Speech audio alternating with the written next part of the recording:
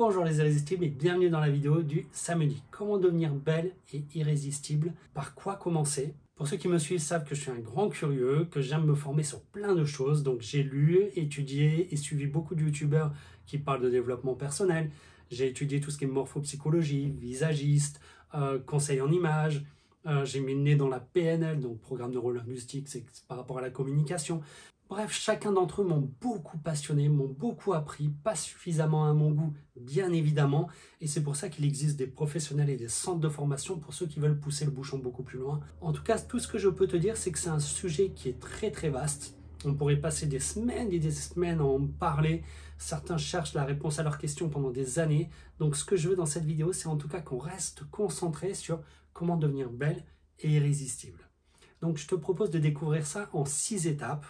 Mais avant ça, la petite intro habituelle pour remercier tous ceux qui laissent un petit pouce et un petit commentaire en début de vidéo. Vous êtes 100 à 200 à nous rejoindre chaque semaine, donc merci beaucoup à vous. Vous savez que voilà, le fait de mettre un pouce et un commentaire, ça aide la chaîne à être beaucoup mieux référencée. C'est une manière à vous de remercier le travail qui est fait, puisqu'une vidéo prend entre 24 et 72 heures entre le travail des textes, le montage de vidéos, la miniature, le descriptif, l'envoyer sur YouTube. Bref, ça prend vraiment beaucoup de temps. Donc merci à tous ceux qui le font. Mon objectif à moi, c'est vraiment que tu trouves ton Graal, c'est que tu sois en harmonie avec qui tu es à l'intérieur, que ta personnalité se voie dans ton apparence et que le tout soit en cohérence avec ton teint, la forme de ton visage, bref, tous ces éléments-là. Donc, comment devenir belle? Ça me rappelle une petite histoire. On était dans un centre de formation, donc toute une équipe, on était tous là, la formation débute et là, on a 2 serveurs qui arrivent, chacun avec un plateau et à l'intérieur, donc des verres en plastique et du champagne. Tac, ils nous le servent, ils nous le mettent à table. On prend et pendant la formation, on se boit nos petits champagnes, nickel. 1 heure se passe et là, on voit les serveurs arriver avec 2 plateaux toujours et là, des beaux verres en cristal avec du champagne dedans. Ils passent, ils nous le donnent. Donc la formation était bien sympa, mais il y avait une raison et tu comprendras durant la vidéo pourquoi. Donc, ils nous servent ce fameux champagne et là, je peux t'assurer que tout le monde prend le verre, déjà l'observe attentivement, remue, tu sais, pour voir un peu comment le champagne réagit sur les bordures. Observe les bulles, prends, goûte et pose le champagne et le déguste délicatement tout le long de la formation. On va pouvoir démarrer par la première étape, c'est que tu vas devoir soigner ton apparence. Donc pourquoi et par quoi commencer surtout? La première étape pour moi, c'est que tu dois dans tous les cas identifier quelles sont les couleurs qui te correspondent. Donc pour ça, je t'invite à regarder une vidéo, ce qui est sur la chaîne, c'est comment identifier sa carnation de peau, je crois. Je vais te le mettre en titre quand même, comme ça tu verras bien. Comme ça m'évitera de rentrer dans cette vidéo dans toute cette étape de comment tu vas trouver finalement les couleurs qui te correspondent. Mais voilà, la première étape, c'est celle-là, puisque ça va finalement t'aider à déterminer quelles sont les couleurs de cheveux qui vont te correspondre, quelles sont les couleurs des accessoires qui vont te correspondre, et pareil au niveau de tes vêtements. Ensuite, tu vas devoir identifier quel est le style vestimentaire qu'il te faut. Alors, pour ça, je n'ai pas fait vraiment de vidéo qui vont en parler. Pourquoi pas dans le futur, on pourra aborder ce sujet-là. Mais voilà, identifie le style que tu veux. Si tu ne sais pas vraiment, finalement, que tu es un peu perdu, ce que je te conseille, c'est de te mettre au calme.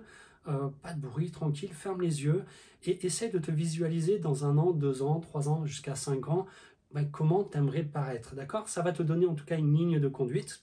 Et ensuite, tu dois surtout identifier quelle est la morphologie de ton corps. Encore une fois, je n'ai pas fait de vidéo à ce sujet-là. Pourquoi pas, si tu en veux, en tout cas, poste-le en commentaire et ça me permettra de me dire s'il y a des gens qui sont intéressés et pourquoi pas en parler. Donc, une fois que tu as identifié la morphologie de ton corps, d'accord, tu vas pouvoir adapter finalement les formes de vêtements. Donc, tu as identifié les couleurs, tu as identifié le style et les formes de vêtements qui vont vraiment te mettre en valeur. Parce que tu imagines bien, si tu es petite, que tu mets des trucs larges sur la partie basse, c'est pas génial, hein. Tu fais que élargir la partie basse, tu viens de tasser, donc rien d'élégant en soi. J'ai connu des nanas qui étaient toutes petites en taille et je peux t'assurer, c'était des petits bijoux tellement qu'elles savaient se mettre en valeur, qu'elles s'habillaient bien, c'est juste formidable. Donc, c'est un point important, tu dois identifier ta colorimétrie, la morphologie de ton corps, le style de vêtements que tu veux, ok? Une fois que tu as fait ça, tu vas dans ta buanderie, tu me dégages tous les vêtements, les noirs, les blancs et les gris, tu me les sors, d'accord? Ou tu en gardes juste 1 ou 2 si tu veux. Tu me sors sous, tu me fais un bon tri là-dedans. Pareil pour tes accessoires, sac à main, etc. Ça, c'est fait. Alors, je vais peut-être me mouiller un peu, alors je vais tourner ça différemment. Imaginons que je suis célibataire ou que tu es un mec, imagine un mec célibataire, d'accord? Et que tu es célibataire aussi. On se rencontre pendant une soirée. Tu es habillé comme un sac, je suis habillé comme un sac. Je vais prendre le mot gobelet, ça te rappelait l'histoire du gobelet pour le champagne, d'accord? Tu es habillé comme un gobelet, je suis habillé comme un gobelet. qu'est-ce qui se passe? Je te vois discuter avec du monde, moi je suis seul, je me dis tiens, elle a l'air sympa, je vais aller discuter un peu avec, et ça va me faire passer un peu mon temps, et en même temps j'apprendrai à connaître quelqu'un parce que je suis un grand curieux, j'aime les gens, donc autant communiquer. En gros, je ne veux pas chercher à être très curieux, je ne veux pas chercher à observer qui tu es, je ne veux pas être forcément très joueur dans ma discussion. Ok. Maintenant, imaginons qu'on se voit dans cette soirée, tu es habillé entre guillemets en cristal, donc tout en harmonie, pareil pour moi. Et là, je te vois discuter avec des gens, je te vois rayonner, d'accord? Je te vois tout en harmonie. Tu attises ma curiosité. Tiens, c'est qui? J'ai envie d'en apprendre un peu plus sur elle, j'ai envie de voir un peu ses réactions, d'apprendre un peu plus qui c'est. Donc on se rencontre dans la soirée. Et là, je vais peut-être être plus joueur déjà, parce que tu rayonnes, parce que tu as un petit truc en plus qui est assez sympa et je sais pas, qui me travaille, d'accord? Je vais être un peu plus joueur, je vais peut-être poser des questions un peu plus intimes. Est-ce que tu as une famille? Est-ce que tu as des frères et des sœurs? Quelles sont tes passions, etc. Je vais rentrer un peu plus dans le sujet, dans le détail, d'accord?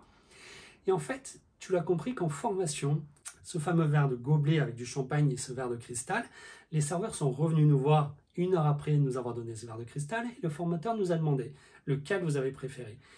Tu imagines bien la réponse de tout le monde, c'était évidemment et sans aucune hésitation le verre de champagne en cristal. Le goût était beaucoup plus pétillant, il y avait une saveur qui était incroyable, les bulles tu les sentais, la couleur, bref, tous les éléments étaient juste canon. Eh bien, il nous a juste dit que c'était le même champagne dans les deux.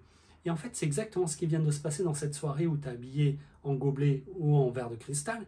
C'est-à-dire que, oui, tu vas me dire l'habit ne fait pas le moine et que c'est pas de ta responsabilité que les gens ne voient pas ta beauté intérieure parce que tu n'es pas habillé correctement.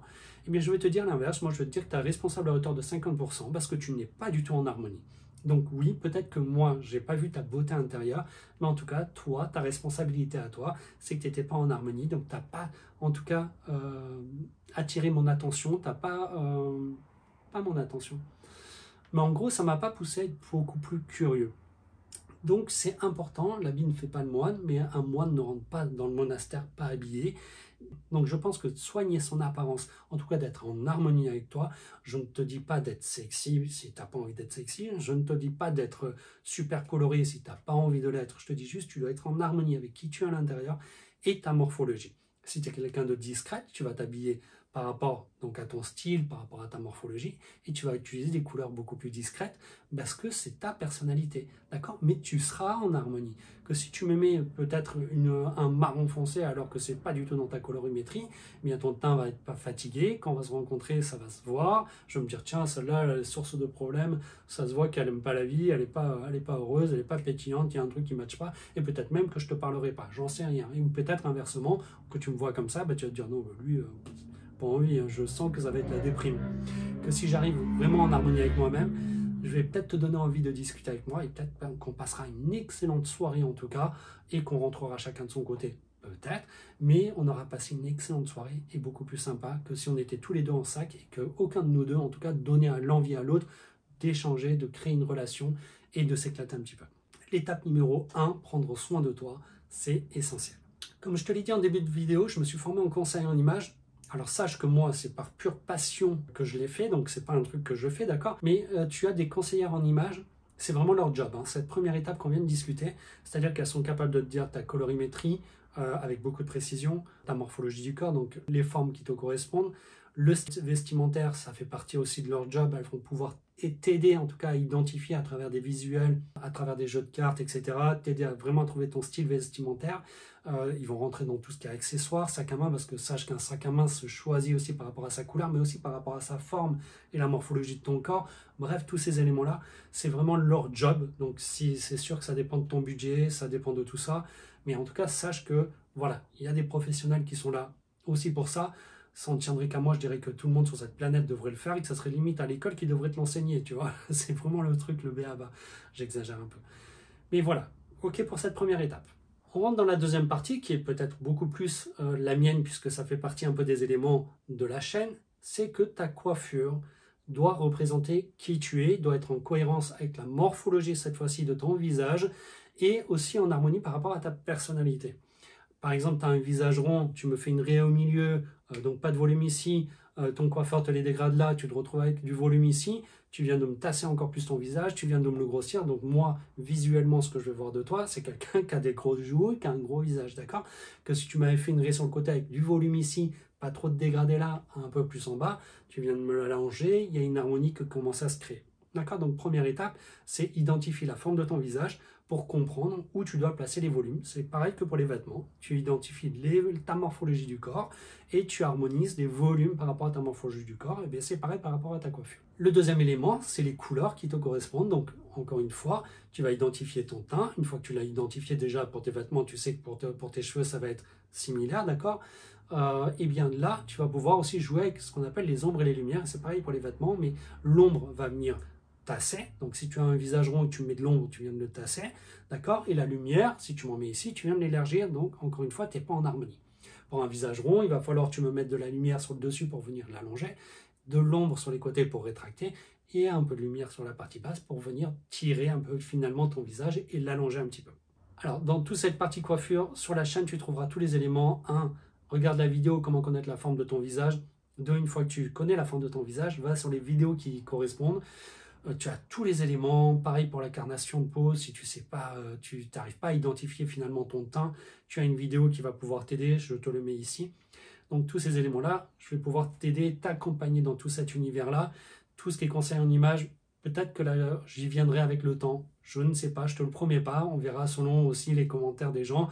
Est-ce qu'il y a vraiment une demande derrière? Et auquel cas, je viendrai t'aider, t'apporter plus de conseils, y rentrer peut-être un peu plus dans les détails. Donc, on vient de parler des vêtements, on vient de parler de la coiffure. Et bien évidemment, tu as le maquillage. Alors oui, je sais qu'il y en a plein qui ne sont pas fans, mais je rappelle que le maquillage, tu peux vraiment jouer de ta personnalité avec et jouer de ta morphologie avec. Tu as le fameux contouring. Encore une fois, il y a des techniques en 2 minutes où tu peux le réaliser. D'autres techniques beaucoup plus poussées, tu vas passer 5, 10, 15, 20 minutes, parfois même peut-être un peu plus. En tout cas, le résultat peut être juste extraordinaire aussi. Et encore une fois, c'est-à-dire que tu peux jouer sur des aspects très discrets, des fois juste des petites touches par-ci par-là, mais ça te donne une excellente mine, tu es en harmonie, ça donne un petit truc en plus et c'est suffisant. Si tu as envie de passer plus de temps, bien évidemment, tu peux, et dans ces cas-là, tu vas pouvoir t'équiper tout ce qu'il faut et en jouer un peu plus. Ou peut-être selon tes humeurs. Il y a des jours où tu auras envie de discrétion. Auquel cas, tu fais quelque chose de très discret. Auquel cas, tu as envie de quelque chose d'affirmer ta personnalité, tu pourras le faire. Et tu as envie de rien mettre parce que c'est dimanche, tu ne mets rien. Mais tu dois avoir en tout cas sous la main les éléments dont tu as besoin selon tes humeurs de la journée. Tu as envie de t'affirmer, tu pourras le faire. Que si tu n'as rien et tu n'as rien prévu, le jour où tu as envie d'un peu plus ou que tu as une soirée, tu n'as rien. Voilà. Donc, tu as toujours l'issue de secours. Allô, copine, sauf qu'elle n'a peut-être pas la nuance qui te correspond par rapport à ton teint. Donc, ça se garde, ça ne se périme pas les maquillages. Ou enfin, il faut quand même quelques années avant que ça se périme. Fais-toi une petite trousse, d'accord? Et je ne te dis pas de le faire tous les jours. Mais voilà, tu as une petite trousse de maquillage. Et selon les occasions, tu prendras la décision de le faire ou de ne pas le faire. En tout cas, là, je parle à celle qui ne se maquille pas de tout. Je crois que tu l'as compris. Celle qui se maquille, si tu te maquilles souvent, je ne te dis rien. Sois juste sur des nuances que tu utilises, de la forme de ton visage pour vraiment bien harmoniser les jeux de lumière et d'ombre. Voilà. En tout cas, si tu n'aimes pas le maquillage, je te dirais essayer d'avoir une petite trousse quand même. Maintenant, abordons le point important, comment devenir irrésistible. Déjà, on a parlé de la partie comment devenir belle, d'accord? Ça, déjà, si tu appliques déjà tous ces éléments-là, tu imagines bien le nombre de points d'avance que tu marques, hein, d'accord? Comment devenir irrésistible, ça va vraiment, on va parler de beauté intérieure, d'accord? De ce que tu exprimes. Et là, on pourrait parler de développement personnel. Donc, on va éviter de rentrer trop dans cet aspect-là parce que tu l'as vu probablement si tu suis des youtubeurs qui parlent de développement personnel, tu peux faire 300 ou 400 vidéos sur le sujet, c'est juste incroyable, hein, c'est très vaste, d'accord? Donc on va rester encore une fois sur les éléments les plus importants à mon sens, d'accord? Si pour toi il y a d'autres éléments qui sont très importants, essaye de le mettre en commentaire parce que ça peut peut-être servir à d'autres personnes, ou si je dis en tout cas des bêtises, ne te gêne pas à me reprendre parce que ça servira à d'autres personnes, ok? Alors pour moi, le premier point le plus important, c'est la communication non verbale. Encore plus en tant que coiffeur, parce que si je te coupe les cheveux et que je tire la tronche parce que j'ai des doutes et des hésitations, derrière toi, tu es en train de flipper, les autres clients qui sont en train de me regarder sont en train de flipper. Donc la communication verbale s'apprend et se travaille. Je ne l'ai pas appris comme ça, on m'a formé à chaque fois en me faisant prendre conscience, regarde le visage que tu es en train de faire, ok, oui, et petit à petit, tu apprends à gérer cette communication-là. Si j'en reviens à la soirée, qu'on s'est rencontrés la première fois, d'accord? Je t'ai bien dit, je t'ai vu au départ. On n'a pas échangé, je t'ai vu en train de discuter avec des gens. Donc là, la première communication a été établie. Donc soit version gobelet, voilà, soit version cristal où je t'ai vu rayonnant. Version gobelet, ça veut dire quoi? Je t'ai vu contre un mur, les bras croisés, les jambes croisées. Donc déjà, quand tu croises les jambes et les bras, ça veut dire que tu n'es pas ouverte à la discussion. Donc, tu ne me donnes pas forcément envie d'aller vers toi et de discuter avec toi. Par contre, en mode cristal, je te vois parler, rayonner, posture droite, à t'exprimer avec les mains, être plutôt souriante. Et bien là, la discussion, tu m'as donné l'envie, en tout cas, d'aller te voir, d'aller vers toi, d'aller discuter avec toi. Et de manière plutôt agréable. Que si tu es fermé, je vais discuter avec toi peut-être 2 minutes, je vais me rendre compte que tu n'as pas envie, et tu sais quoi, je vais te dire, je vais aller me servir un verre, et boum, je vais bifurquer, je vais aller voir quelqu'un d'autre, d'accord? Donc cette communication non verbale est vraiment le point clé. C'est en moins de 5 secondes, on dit d'ailleurs, je crois que c'est la vidéo de présentation de la chaîne où j'en parle, en moins de 5 secondes, on se fait déjà une idée de la personne, que tu le veuilles ou pas. On a beau dire oui, c'est pas bien, il faut pas, oui, c'est vrai, tu as raison, mais que tu le veuilles ou pas, instinctivement, on le fait en moins de 5 secondes. On dit d'ailleurs souvent que nos intuitions sont bonnes, mais en moins de 5 secondes, on s'est fait une opinion de l'autre.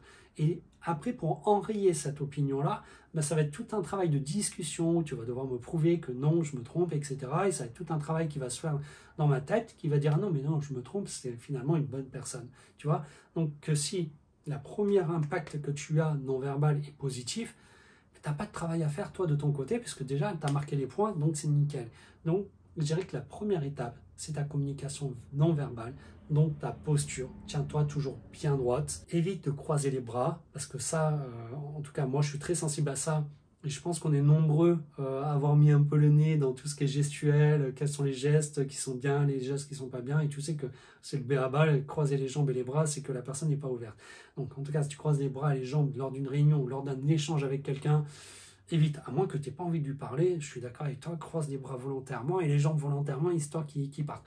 Mais sinon, fais attention à ce détail-là, ok? Et pareil pour ton sourire, garde toujours ton sourire. Lors d'une première rencontre, moi je dis toujours, il faut être ouvert. Il faut garder le smile, il faut être ouvert. Je sais que vous êtes nombreux à être plutôt timide et réservé. Je te dirais, alors, parce que moi je suis très communicant, d'accord? Mais je te dirais, reste ouvert. Par contre, une fois qu'on échange ensemble, si tu trouves que je ne suis pas quelqu'un de bien intérieurement, là tu viens refermer un petit peu et tu peux enlever ton sourire si tu veux, et tu croiser tes jambes si tu veux.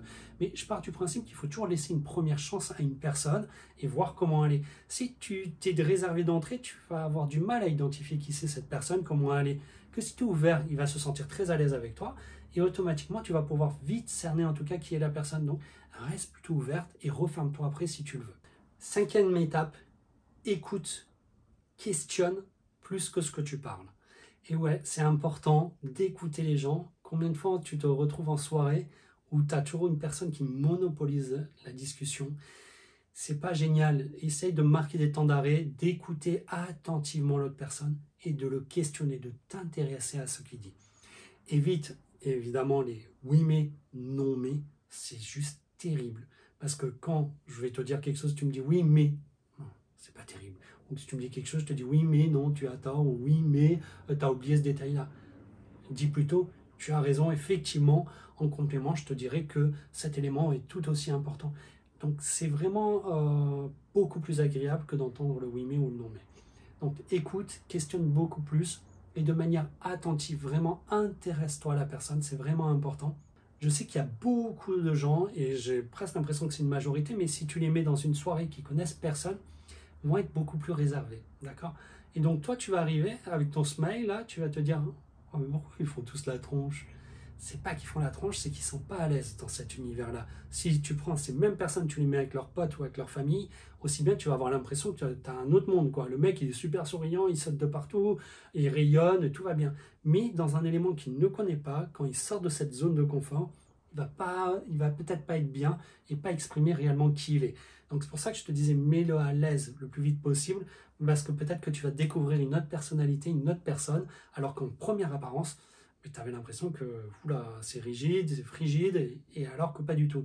Pour la petite histoire, d'ailleurs, j'ai failli me faire avoir, tu vois, lors d'un entretien, on a fait faire une période d'essai à une fille qui s'appelle Angélique, qui est aujourd'hui notre bras droit. Donc mon frère et moi, tu sais qu'on a 3 salons, et donc c'est elle qui coach plus ou moins, qui commence en tout cas à essayer de prendre ce rôle d'animatrice réseau. Et finalement, elle, quand elle a fait sa période d'essai, elle était toute discrète dans son coin. Moi, je n'avais pas du tout mis le nez dans tout ce qui est développement personnel, morphopsychologie, PNL, etc. Et j'étais pas pour la garder.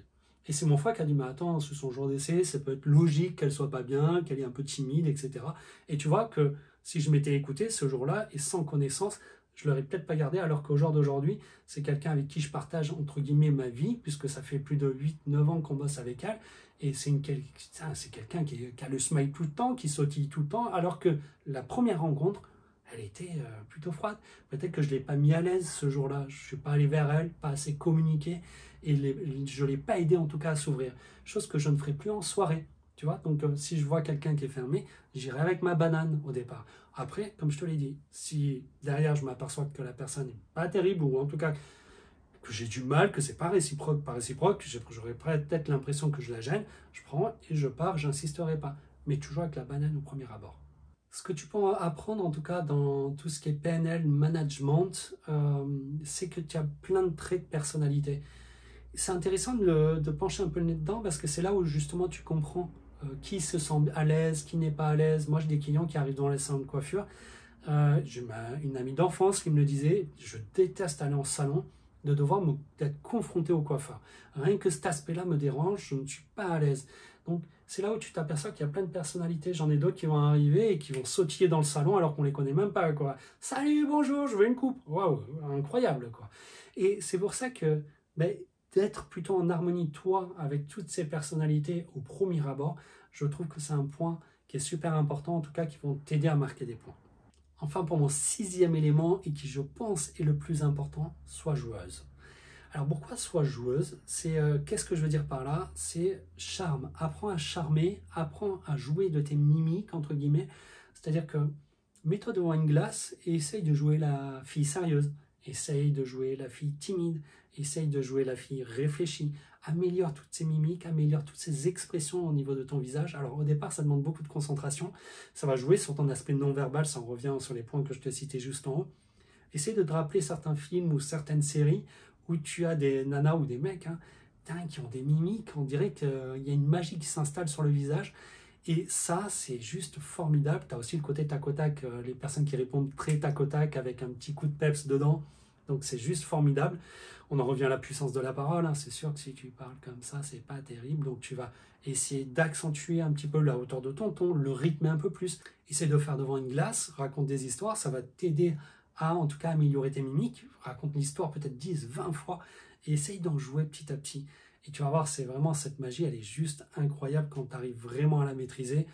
Là, je crois que le côté irrésistible, en tout cas, si tu as respecté toutes les étapes qu'on a énumérées, bon, voilà, t'es belle et irrésistible. J'espère que cette vidéo t'a apporté des éléments, en tout cas, doit te donner une trame, une ligne de conduite, des idées, par quoi commencer, quels sont les points les plus importants dans lesquels tu peux pousser le vice, puisque tu le sais, c'est vraiment une trame et à l'intérieur de chaque sujet que je t'ai donné, tu vas pouvoir pousser le bouchon.